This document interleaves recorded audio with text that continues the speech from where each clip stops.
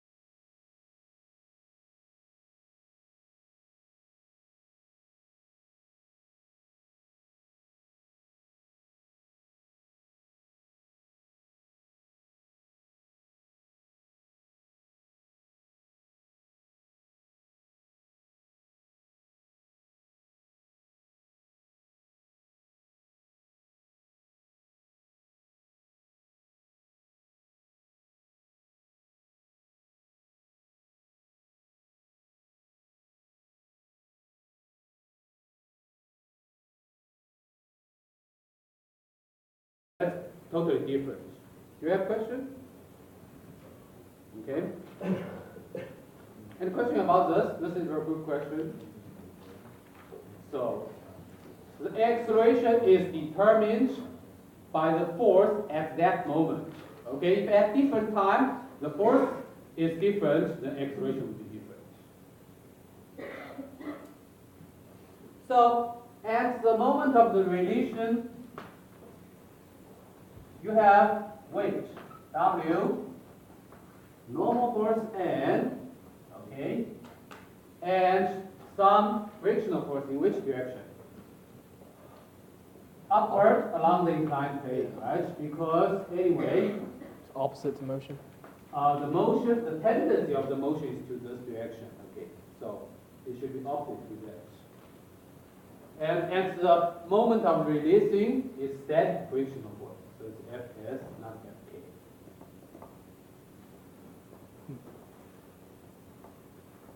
Makes sense. Now, we want to calculate the acceleration. So we know this kind of problem. We do the decomposition and write down the Newton's second law along x direction, y direction, and we can calculate acceleration, right? And in this case, I'm going to choose the coordinates like this. This is positive x. This is positive y. Okay. So n is along y direction, and Fs is along negative direction.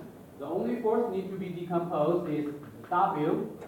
W equals to mg. This is Wy. This is Ws. Right? Any question here?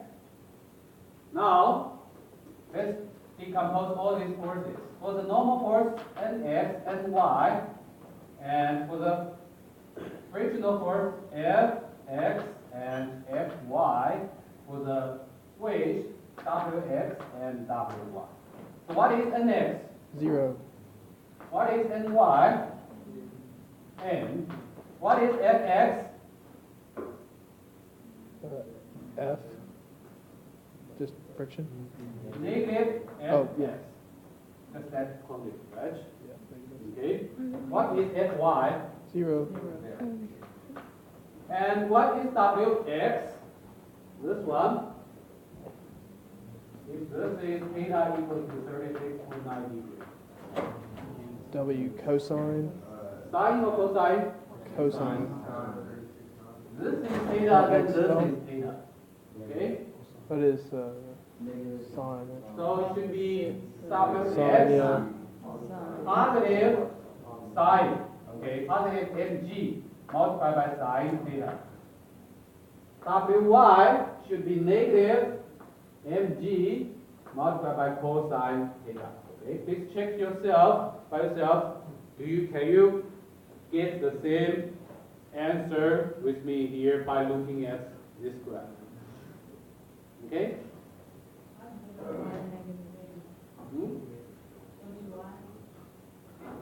Wy negative because this is positive direction, Wy is another direction, right? Okay, that's why it's negative.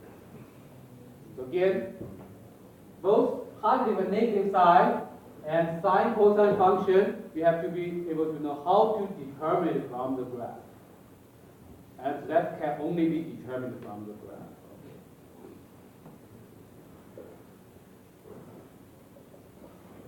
Now, the Newton's laws will be like this. Combine these x direction forces, you are going to get negative Fs plus mg sine theta equals to max.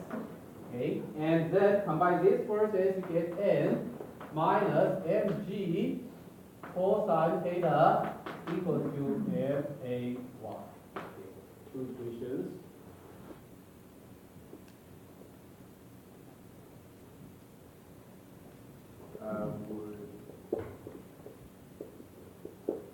Would MAY equal 0? Yes, that's our next thing. And you can identify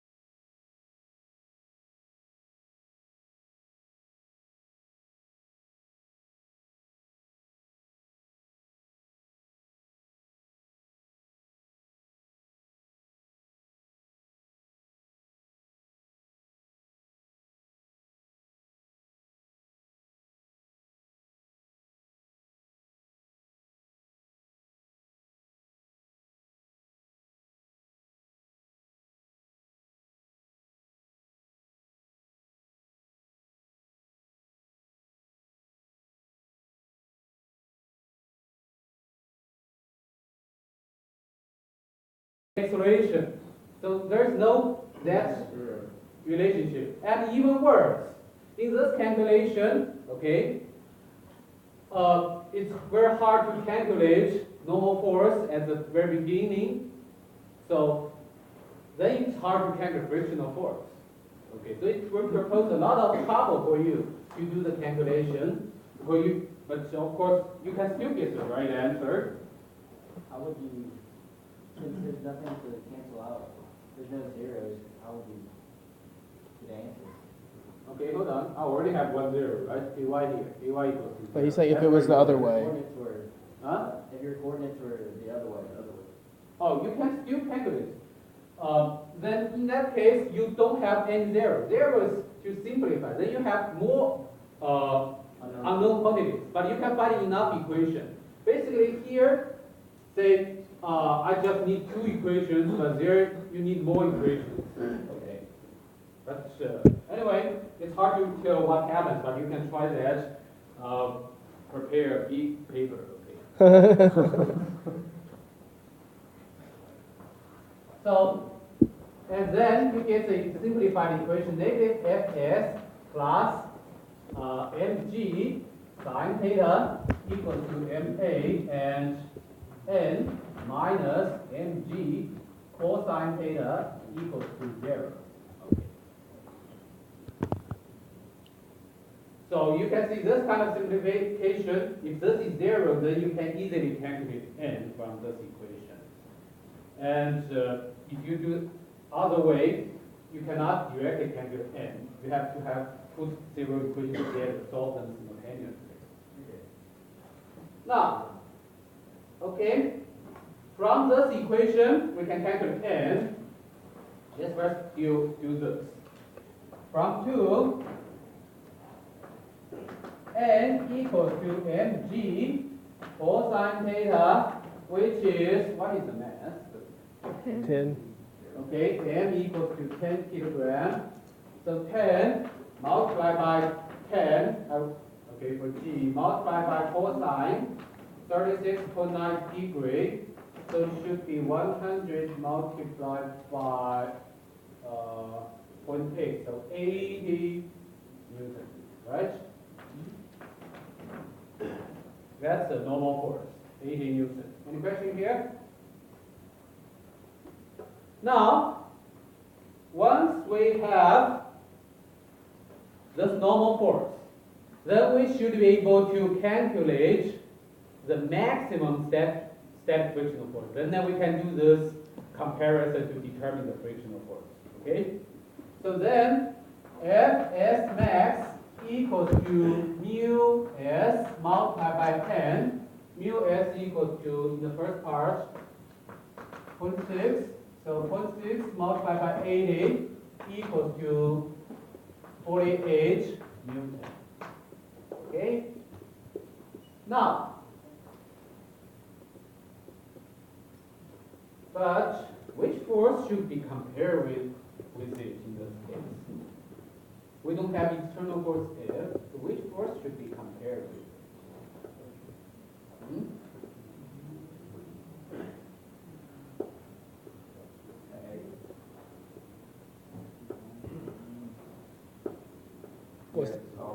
What's the question?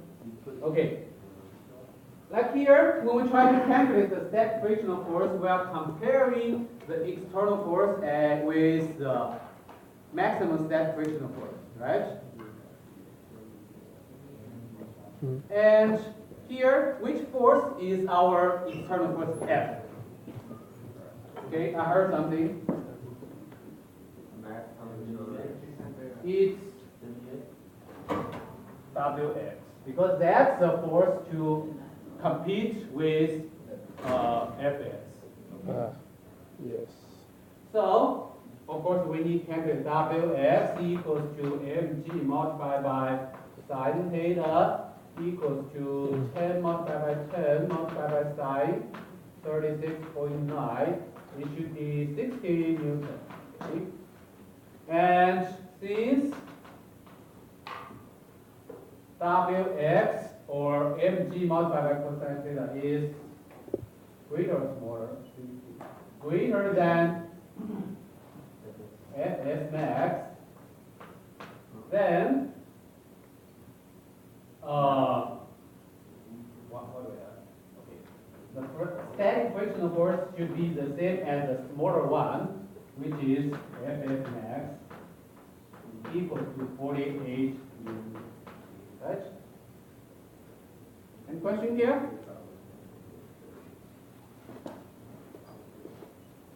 Any question here?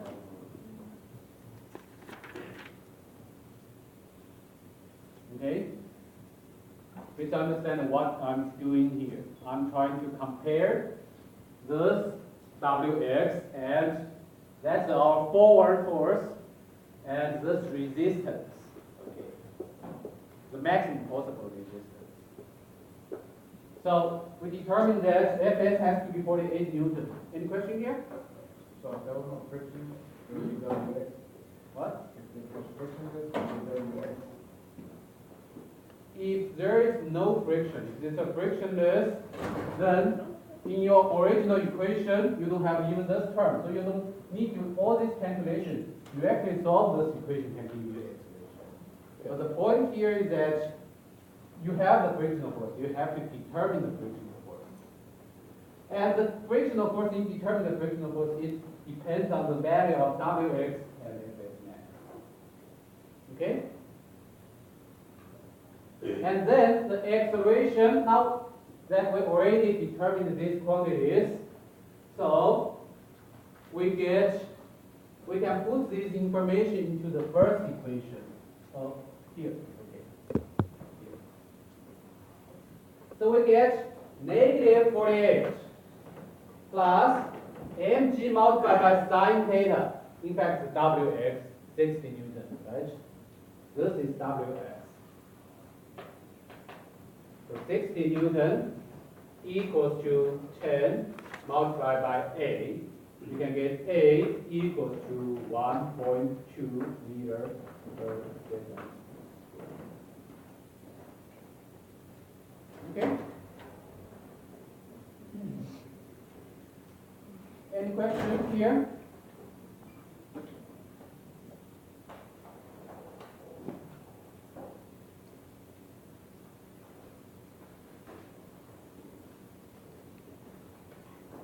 Now, let's look at part B. For part B, the difference is that mu s equals to 1.0 instead of 0.6. Okay. So when you do this problem, you can see from here to here, you are going to do exactly the same thing, right? So, in other words, from here, these are general parts. From here, I'm doing part A by putting mu s equals to 0.6. And then,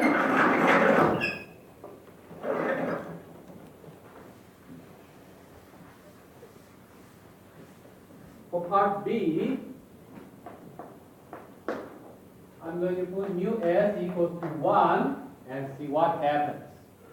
In this case, Fs max will be 1 multiplied by 80, so equals to 80 Newton. And now Ws is still, what's Ws? 60 Newton. So in this case, Ws is smaller than Fs max. So what is the frictional force? 60 newtons. 60 Newton, okay. So in this case, the frictional force, static frictional force is 60 Newton. And if you put these quantities into the equation 1 there, you are going to get negative 60 plus 60 equals to 10A. So A equals to 0. Okay? So that's for part B. And so physically, part A, because they have a small coefficient for the friction or static friction, so the block can still slide down, so it has some acceleration. In this case, it has a larger coefficient for the static friction, so the block cannot even slide down. It just stays there forever. Any question here?